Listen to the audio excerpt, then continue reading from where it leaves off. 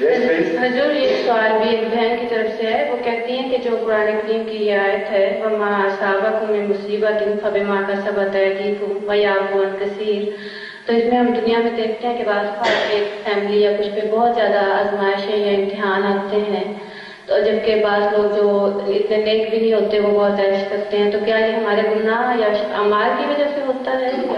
No, that was a particular situation in the Holy Quran which is discussed in that verse which we have quoted. It is not a generalized situation, because the Holy Quran in other places contradicts this concept that everything which befalls a man is because of his ill deed.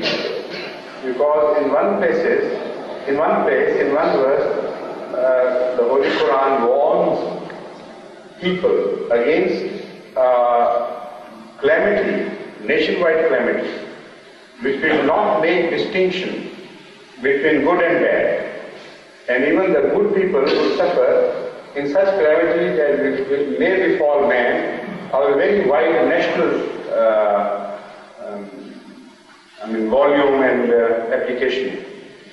So that contradicts this conception, because if everything befalls one because of his own ill deed, then how can you interpret this verse?